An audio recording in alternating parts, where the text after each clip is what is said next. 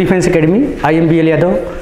बच्चों, आज एमएनएस के लिए बहुत ही इम्पॉर्टेंट क्वेश्चंस को मैं लेकर आया हूं। जैसा कि आप लोग जानते हैं कि फॉर्म आ चुका है, तो टाइम भी बहुत ज़्यादा नहीं है। तो आज मैं क्या करूंगा कि इंग्लिश के जो सेक्शन है आपका, जैसा कि आप लोग जानते होंगे कि जो इंग्लिश है एमएनएस में, एमएनएस की जो इंग्लिश है उसमें इंग्लिश की अगर हम बात करें एमएनएस की, तो वो एमएनएस में जो इंग्लिश है वो जो है एमएनएस की इंग्लिश में का सिलेबस जो है, जैसा कि आप लोग जानते होंगे सिलेबस, अगर हम सिलेबस की बात करें इंग्लिश का, तो इंग्लिश का सिलेबस में क्या है बच्चों, पहला तो आपका ग्रामर का सेक्शन है, राइट, ग्रामर है। उसके बाद फिर आपका सेक्शन है वर्ड पावर का भी है, राइट। वर्ड पावर के बाद फिर है आपका पैसेज है, राइट। पैसेज के बाद फिर है आपका sentence arrangement, sentence arrangement, right. ये सेक्शन है इंपॉर्टेंट, जो कि इंग्लिश का में पहला तो सेक्शन आपका ग्रामर का है, ग्रामर के बाद वर्ड पावर का है, उसके बाद पैसेज, उसके बाद सेंटेंस अरेंजमेंट। क्लोज टेस्ट भी, हालांकि एनडीए में तो क्लोज टेस्ट आता है, इसमें कभी पूछता है कभी नहीं पूछता है, तो क्लोज टेस्ट की उम्मीद कम रहती है। उसके स्थान पर आपका पैसेज आता है और सेंटेंस अरेंजमेंट आता है, राइट। तो ग्रामर का जो बच्चों क्वेश्चन बनता है, पहले तो हम थोड़ा सा पैटर्न के बारे में बात करेंगे कि ग्रामर में क्वेश्चन पूछे कैसे जाते हैं। तो ग्रामर में क्या है कि ग्रामर का जो सेक्शन है, ग्रामर में पहला सेक्शन निकल कर आता है आपका स्पॉटिंग एरर का आता है। किसका आता है बच्चों? स्पॉटिंग एरर्स, राइट, जिसको हम आप कॉमन एरर भी कहते हैं, ठीक है। दूसरा सेक्शन आपका आता है फिल इन द ब्लैंक। क्या आता है बच्चों?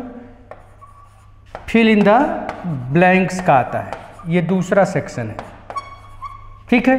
तीसरा सेक्शन है आपका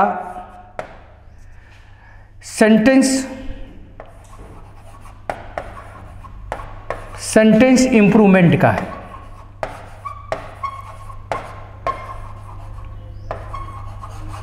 ठीक है। ये ग्रामर का सेक्शन है। एक सेक्शन हम और कह सकते हैं, कभी कभी recognize of part of speech को ही पूछता है, recognize of parts of speech, right.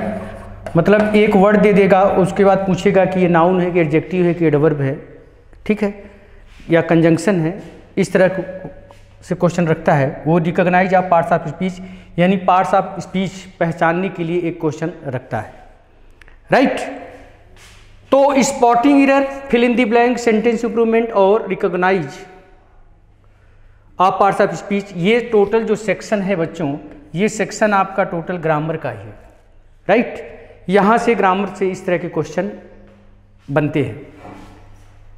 अब यहां पर सवाल ये उठेगा कि ग्रामर का जो ये सेक्शन है, जिसे spotting error, fill in the blank, sentence improvement, recognize of part of speech, इसके अलावा भी आपके एग्जाम में active and passive voice, narration या क्वेश्चन टैग या कंडीशनल सेंटेंस या ट्रांसफॉर्मेशन, ये सब भी इसमें ऐड रहेगा, राइट। यहाँ से भी क्वेश्चन पूछे जाते हैं, ठीक है। इसके बाद जो नंबर 2 पर है वर्ड पावर। वर्ड पावर की अगर हम बात करें बच्चों, तो वर्ड पावर में,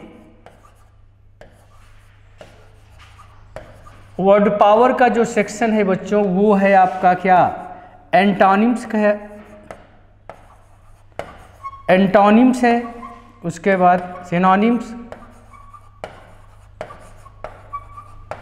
इसके बाद है फिर आपका idioms and phrases, idioms and phrases है, राइट। इसके बाद फिर है वन वर्ड सब्स्टिट्यूशंस देता है, राइट। इस तरह से जो है आपका वर्ड पावर का सेक्शन होता है, ठीक है, यहाँ से भी question antonym, synonyms, idioms and phrases वगैरह आपके एग्जाम में पूछे जाते हैं। ठीक है, इसके बाद जो सेक्शन है आपका पैसेज, जो पैसेज का सेक्शन है बच्चों, ध्यान रखिएगा पैसेज में क्या होता है, एक पैसेज आपके एग्जाम में पूछा जाएगा। इसमें नंबर ऑफ क्वेश्चन 4 भी हो सकते हैं और 5 भी हो सकते हैं। 4 to 5 क्वेश्चंस का ये पैसेज होता है। ये लगभग हर एग्ज़ाम में, जितने भी एग्ज़ाम होते हैं लगभग आज की डेट में पैसेज, या इसको कम्प्रिहेंशन भी कहते हैं, आरसी भी कहते हैं, रीडिंग कम्प्रिहेंशन भी कहते हैं, ये लगभग हर एग्जाम में पूछा जाता है। ठीक है, तो पैसेज के बाद जो आएगी स्थिति वो आएगी आपका सेंटेंस अरेंजमेंट, जिसको आप PQRS भी कहते हैं। वहाँ से भी क्वेश्चन, एक क्वेश्चन कभी कभी 2 भी पूछ लेता है, या कभी कभी 5 क्वेश्चन का भी सेट दे देता है। ठीक है, वो एक प्रकार से नॉन ग्रामर का सेक्शन होता है। तो पैसेज और PQRS या क्लोज टेस्ट, ये आपका नॉन ग्रामर का सेक्शन होता है। इसको भी हम डिस्कस करेंगे डिटेल में। ठीक है, आज हम थोड़ा सा कुछ इंपॉर्टेंट क्वेश्चंस आपके एग्जाम के पॉइंट ऑफ व्यू से लेना चाहेंगे, जो कि एमएनएस के लिए बहुत इंपॉर्टेंट क्वेश्चन है। तो आज मैं कुछ क्वेश्चंस को आपको दिखाऊंगा जो है। तो आइए, स्पॉटिंग एरर या कॉमन एरर में क्वेश्चन कैसे पूछे जाते हैं, इसी पर हम आज बात करेंगे। तो हेडिंग डालेंगे spotting error,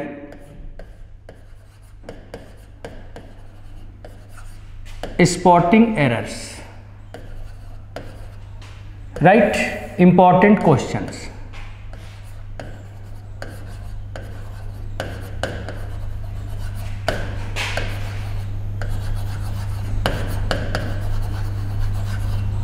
right, important questions को ले रहा हूँ कुछ। आप लोग पहले क्वेश्चंस को नोट करेंगे, उसके बाद मैं उसको डिस्कस करूँगा कि उसमें क्या गलतियाँ हैं। अगर कोई गलती नहीं है तो नो एरर भी हो सकता है। राइट, तो पहला क्वेश्चन मैं इस तरह से ले रहा हूँ। पहला क्वेश्चन है, अ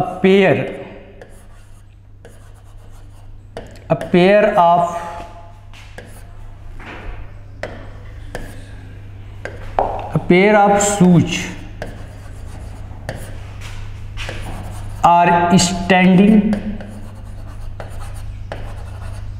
are standing in the corner. इसके बाद लिखा है आपका, ये लिखा है नो एरर। ऑप्शन ए है, ऑप्शन बी है, ऑप्शन सी है और ऑप्शन डी है। नंबर 2 है, नंबर 2 क्वेश्चन इस तरह से है, मेनी एन यूरोपियन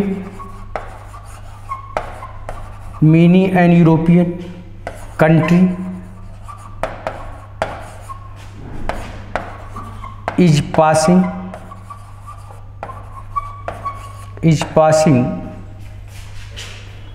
through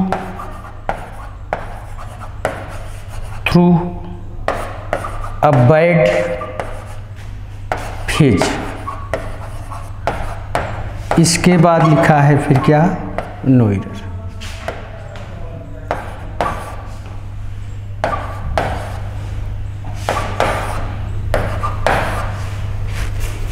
ठीक है, ये 2 क्वेश्चन आपके सामने हैं।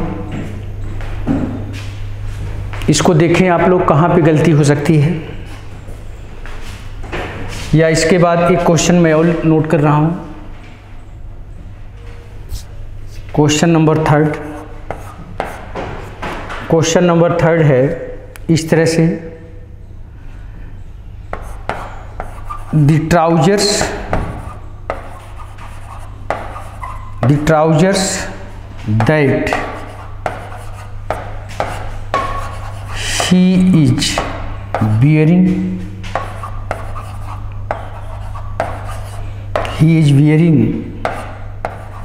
is expensive। इसके बाद फिर है आपका नो एरर। ऑप्शन ए है, ऑप्शन बी है, ऑप्शन सी है और ऑप्शन डी है। राइट, क्वेश्चन नंबर 4 इस तरह से है।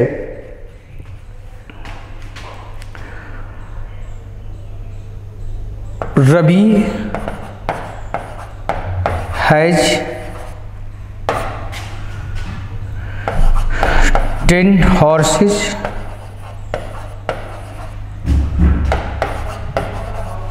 2 elephants,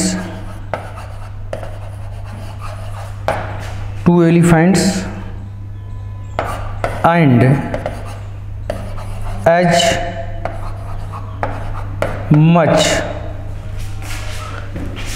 as much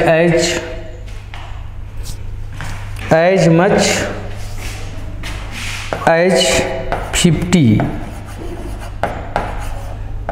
50 cars।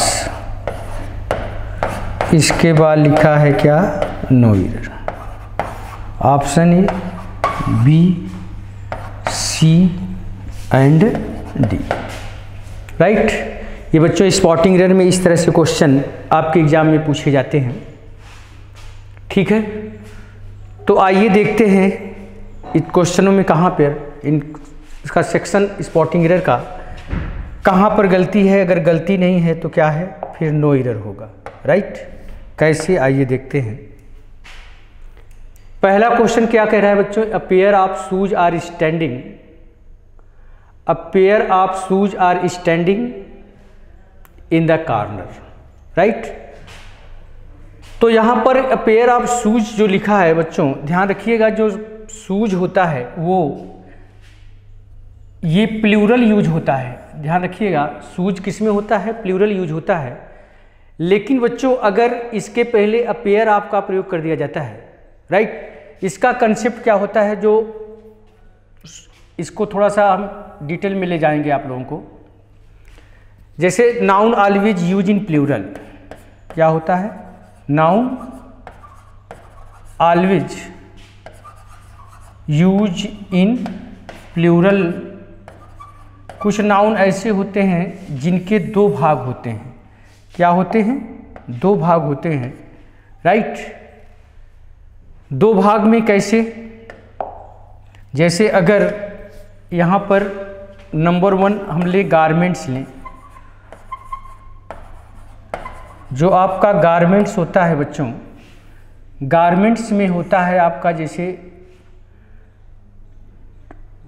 Trousers है, ट्राउजर्स है, पैजामाज है, नीकर्स है, नीकर्स है, बरमुंडाज है,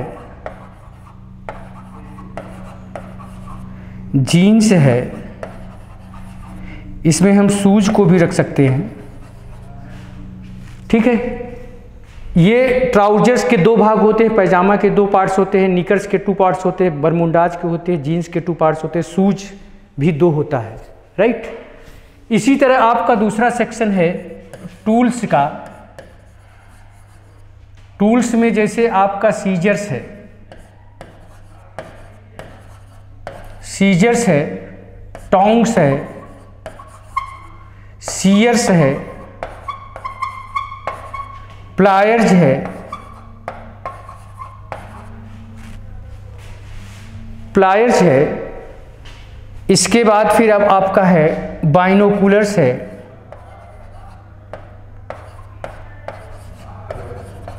राइट, बाइनोकुलर्स है। तो ऐसे नाउन जो होते हैं जिसके 2 पार्ट्स होते हैं, जिसके 2 भाग होते हैं, ऐसे नाउन हमेशा प्लूरल में यूज होते हैं, राइट। ऐसे नाउन हमेशा किस में यूज होते हैं? प्लूरल में होते हैं। तो ऐसे नाउन हमेशा वर्ब भी क्या लेंगे? हमेशा प्लूरल लेंगे। ध्यान रखिएगा, ये दोनों नाउन के साथ हम क्या लेंगे? इसमें नोट में लिख लीजिएगा, नंबर 1 पॉइंट क्या? They are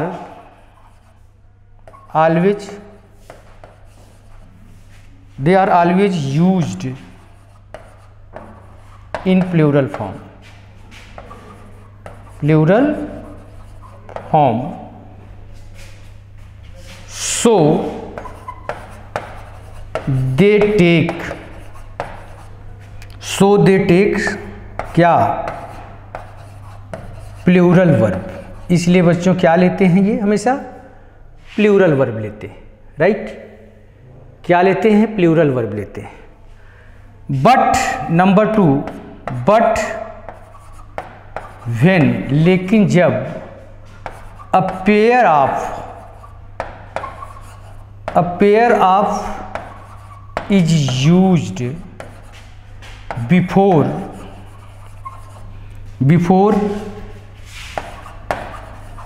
these nouns, comma, they take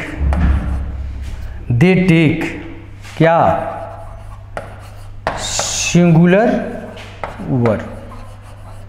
तब ये क्या लेते हैं, सिंगुलर वर्ब लेते हैं। कब, जब इनके पहले अपेयर ऑफ का प्रयोग कर दोगे तब, राइट। तो ये जो पेयर वाले नाउन है, इस तरह से बच्चों ध्यान रखिएगा, इसका थोड़ा सा आप लोग रूल नोट कर लें पहले, ठीक है। इस तरह से चीज़ों को जो है नोट में क्या है, they always take, they are always used in plural form, so they take plural verb. But when a pair of is used before these nouns, they take singular verb. अगर ऐसे नाउन के पहले आप अ pair of का प्रयोग कर दोगे तब ये वर्ब क्या लेगा, सिंगुलर लेगा, राइट। तो अब आइए यहाँ पर जो ये पेयर वाले नाउन हैं, ये इसकी लिस्ट यहाँ पर है, आप लोग देख सकते हैं, ये लिस्ट है, राइट। आइए क्वेश्चन पर हम आते हैं। जो क्वेश्चन अभी हमने आपको दिया था वो क्वेश्चन इस तरह से है, ये क्वेश्चन यहाँ से हमने शुरू किया था, ठीक है। क्वेश्चन ये है, ठीक है। पहला क्वेश्चन क्या था, a pair of shoes are standing in the corner.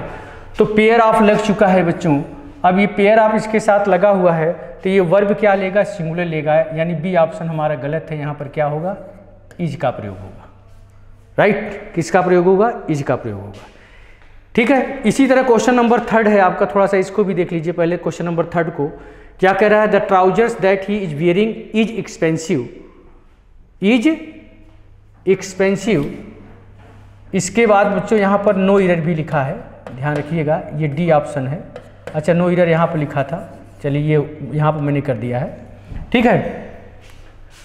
तो यहाँ पर देखिए कह रहा है कि ट्राउजर्स जो वो पहने हुए है बहुत क्या है, एक्सपेंसिव है। तो यहाँ पर ट्राउजर्स आप देखिए क्या यूज कर रहा है, प्लूरल यूज कर रहा है। तो यहाँ पर बच्चों सी ऑप्शन गलत है, यहाँ पर इज के स्थान पर आपको क्या यूज करना पड़ेगा, आर यूज करना पड़ेगा। क्या यूज होगा, इज के स्थान पर आर का प्रयोग करेंगे, राइट। अब आइए क्वेश्चन नंबर 4, क्वेश्चन नंबर 2 में आइए। क्वेश्चन नंबर 2 क्या कह रहा है, many an European country is passing through a bad phase, right. तो थोड़ा सा हम मेनी के कंसेप्ट पर आएंगे बच्चों। यहाँ पर क्वेश्चन नंबर 2 और क्वेश्चन नंबर 4 ये दोनों मेनी और मच से रिलेटेड हैं, तो थोड़ा सा इसके बारे में भी हम डिस्कस करेंगे, उसके बाद फिर हम आएंगे इस पर, राइट। तो यहाँ पर देखेंगे आप लोग कि मेनी का कंसेप्ट क्या होता है बच्चों। पहली बात तो ये ध्यान रखिएगा कि जो मेनी होता है वो हमेशा किसके साथ आता है, काउंटेबल नाउन के साथ आता है। और मच किसके साथ आता है, मच हमेशा मेनी काउंटेबल नाउन के साथ आता है, और मच जो होता है हमारा वो अनकाउंटेबल नाउन के साथ आता है, राइट। जैसे अगर आपने मेनी बोला तो मेनी बोलोगे तो क्या बोलोगे, बुक्स बोलोगे, राइट। अब मच बोलोगे तो मच के साथ क्या बोलोगे, अनकाउंटेबल नाउन यानी मच वाटर बोलोगे, राइट।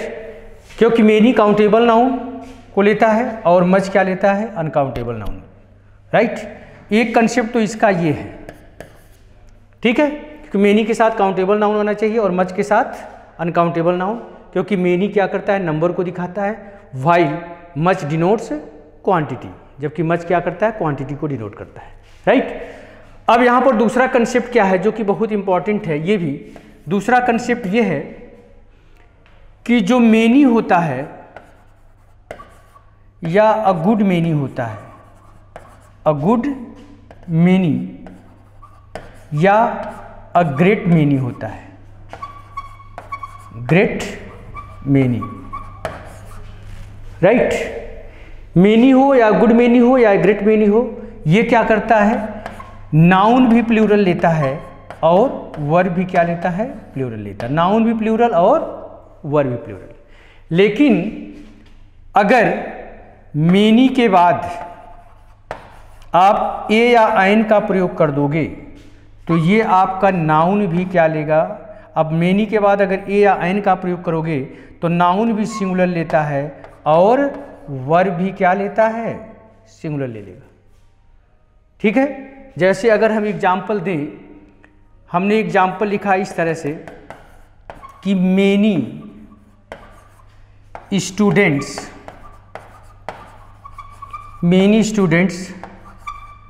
हैव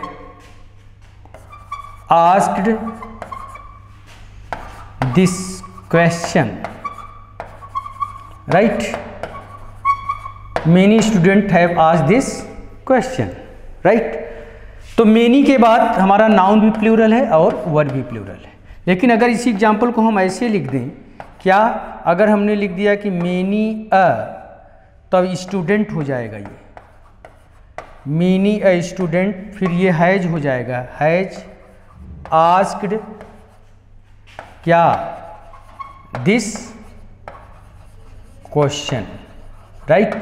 क्यों, क्योंकि मेनी ए के बाद हमारा नाउन भी सिंगुलर होता है और वर्ब भी सिंगुलर होती है, राइट। यहाँ पर many students have asked this question, इसका मतलब बहुत सारे विद्यार्थियों ने इस प्रश्न को पूछा, लेकिन यहाँ पर इसका मतलब होगा बहुत में से एक विद्यार्थी ने इस प्रश्न को पूछा। तो मेनी ए के बाद नाउन भी सिंगुलर होगा, वर्ब भी सिंगुलर होगा।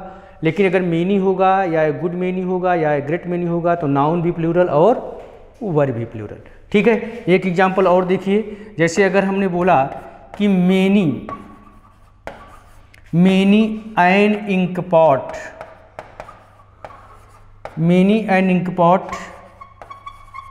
Has been bought from the market, right, from the market। अब देखिए इंक पॉट के पहले एन लगता है तो मेनी एन हो गया, मेनी एन के बाद नाउन भी सिंगुलर और वर्ब भी क्या, सिंगुलर। ठीक है, तो इसका दो कंसेप्ट होता है बच्चों, ध्यान रखिएगा। एक तो ये होता है कि मेनी के बाद काउंटेबल नाउन आता है क्योंकि ये नंबर को डिनोट करता है, और मच के बाद अनकाउंटेबल नाउन आता है क्योंकि ये क्वांटिटी को डिनोट करता है, राइट। इसके बाद फिर आता है दूसरा कंसेप्ट, क्या है ये, मेनी या गुड मेनी या ग्रेट मेनी के बाद नाउन भी प्लूरल होगा, वर्ब भी प्लूरल होगी। लेकिन अगर मेनी के बाद ए या एन आएगा तो नाउन भी सिंगुलर होगा और हमारा वर्ब भी क्या होगा, सिंगुलर होगा, राइट। तो इसी से बेस्ड आपका जो आगे का क्वेश्चन है, आप देखिए जो अभी हमने क्वेश्चन दिया था वो ये था, जो आपका क्वेश्चन है वो ये क्वेश्चन थे। ठीक है, देखेंगे क्वेश्चन। ठीक है, क्वेश्चन को देखिए कहाँ पे है, question number 2। Many an European country is passing through a bad phase, और दूसरा था Ravi has 10 horses 2 elephants and as much as 50 cars. तो यहाँ पर देखेंगे बच्चों, जो यहाँ पर एज मच है, अब देखिए मच जो होता है, मच हमेशा अनकाउंटेबल नाउन के साथ आता है, जबकि यहाँ पर जो कार दिया है, कार हमारा काउंटेबल नाउन है, राइट। कार यहाँ पर क्या है, काउंटेबल नाउन है। ये कह रहा है कि रवि हैज 10 हॉर्सेस, रवि के पास क्या है, 10 घोड़े हैं, 2 हाथियाँ हैं और 50 से ज़्यादा क्या है, कारें हैं। तो यहाँ पर कार हमारा काउंटेबल नाउन है, इसलिए यहाँ पर मच के स्थान पर बच्चों क्या आएगा, मच के स्थान पर आपको मेनी का प्रयोग करना पड़ेगा। किसका प्रयोग करेंगे बच्चों, मच के स्थान पर आप मेनी का प्रयोग करेंगे, राइट। अब आइए क्वेश्चन नंबर 2 क्या कह रहा है। क्वेश्चन नंबर 2 कह रहा है कि many an European country is passing through a bad phase. अब देखिए यहाँ पर ऑप्शन 1 आपका गलत है, क्योंकि जो यहाँ पर एन लिखा है बच्चों, आप लोग जानते होंगे कि जो यूरोपियन है, यूरोपियन के पहले बच्चों एन का प्रयोग नहीं होता है। यूरोपियन के पहले किसका प्रयोग करोगे, ए का प्रयोग करोगे। यहाँ पर जो यूरोपियन है, यूरोपियन के पहले यूरोपियन के पहले ए का प्रयोग करोगे, इसलिए यहाँ पर जो एन लिखा है यहाँ पर ए होना चाहिए, इसलिए हमारा ऑप्शन ए गलत है। ठीक है, तो मेरे क्योंकि ये इट्स डिपेंड्स ऑन प्रोनाउंसिएशन, ये उच्चारण पर निर्भर करता है न कि स्पेलिंग पर, क्योंकि जब यूरोपियन आप पढ़ते हो तो यू से आता है, या यूनिवर्सिटी है, यूनिवर्सिटी के पहले भी आप क्या लगाती हो, ए लगाती हो, क्योंकि यू से पढ़ा जाता है वो, राइट। तो ये किस पर निर्भर करता है, उच्चारण पर निर्भर करता है, ठीक है, न कि स्पेलिंग पर। ठीक है, तो इस तरह से क्वेश्चन आपके एग्जाम में बच्चों पूछे जाएंगे जो है, ये स्पॉटिंग एरर में ऐसे क्वेश्चन आते हैं। ठीक है, और भी कुछ क्वेश्चंस को मैं ले रहा हूँ, आप देखेंगे। ठीक है, यहाँ पर ये क्वेश्चन तो हो गया है, हाँ ठीक है। अब आइए कुछ क्वेश्चंस और दिखाते हैं।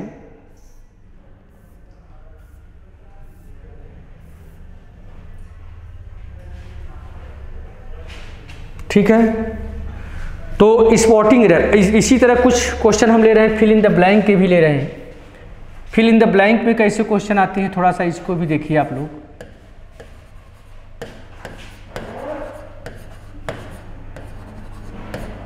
फिल इन द ब्लैंक्स, अब फिल इन द ब्लैंक्स में कैसे क्वेश्चन आते हैं, कुछ क्वेश्चंस मैं उसका भी रखूंगा। जैसे हमने लिया I like, I phrase,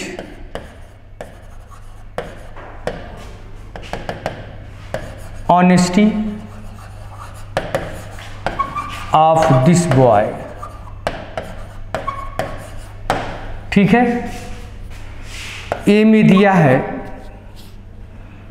N, B में दिया है ए, सी में दिया है डी, और डी में दिया है नन ऑफ दीज। ठीक है, none of these. Question number 2 है, ही लिव्स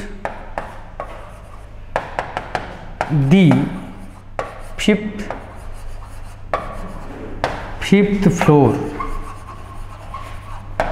राइट। ए में है इन, बी में है एट, सी में है ऑन, और डी में है अपॉन, राइट। इसके बाद है क्वेश्चन नंबर 3, इस तरह से है, my friend live, my friend live Kondapur,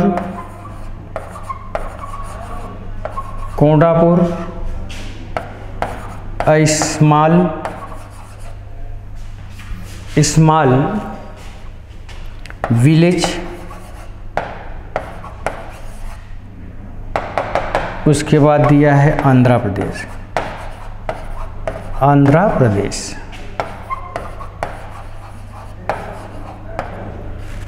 ठीक है, ए में दिया है इन एट, बी में दिया है एट, सी में दिया है इन, और डी में दिया है एट इन। ठीक है, इस तरह से बच्चों क्वेश्चन आपके एग्जाम में पूछे जाएंगे, फिल इन द ब्लैंक के क्वेश्चन होंगे। ठीक है, तो आइए फटाफट देख लेते हैं इन क्वेश्चन को। तो यहाँ पर क्या है, honesty, I fresh daughter honesty of this boy. तो यहाँ चूंकि पर्सन से जोड़ दिया गया है बच्चों, इसलिए ऑनेस्टी के पहले, अब यहाँ पर ऑनेस्टी के पहले द का प्रयोग करोगे, इसका मतलब यहाँ पर क्या होगा, द आएगा, राइट। क्योंकि किसी पर्सन से जब जोड़ते हो तो एब्स्ट्रैक्ट नाउन के पहले द का प्रयोग होता है। I praise the honesty of this boy, right.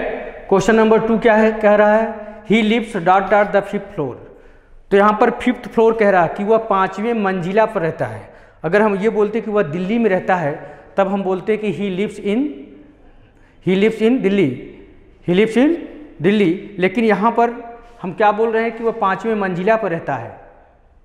ठीक है, तो अब यहाँ पर ऑन का प्रयोग करोगे, किसका प्रयोग करोगे बच्चों, ऑन का। He lives on the 5th floor, क्योंकि वो 5वें मंजिला पर रहता है, राइट। इसी तरह है, नेक्स्ट कह रहा है my friend live Kondapur a small village, Andhra Pradesh. तो इस कोंडापुर क्या है, सेंटेंस में देखिए हिंट कर रहा है कि ये स्मॉल विलेज है, छोटा गांव है, राइट। तो छोटे गांव के पहले ऐट लगेगा, और आंध्र प्रदेश एक राज्य है, बड़ा है, तो इसके पहले क्या लगाओगे, इन लगाओगे। तो यहाँ पर क्या आएगा, ऐट आएगा, और यहाँ पर क्या आएगा, इन आएगा। ठीक है, यानी कौन सा ऑप्शन, डी ऑप्शन। तो आज यहीं तक रखेंगे बच्चों। जय हिंद।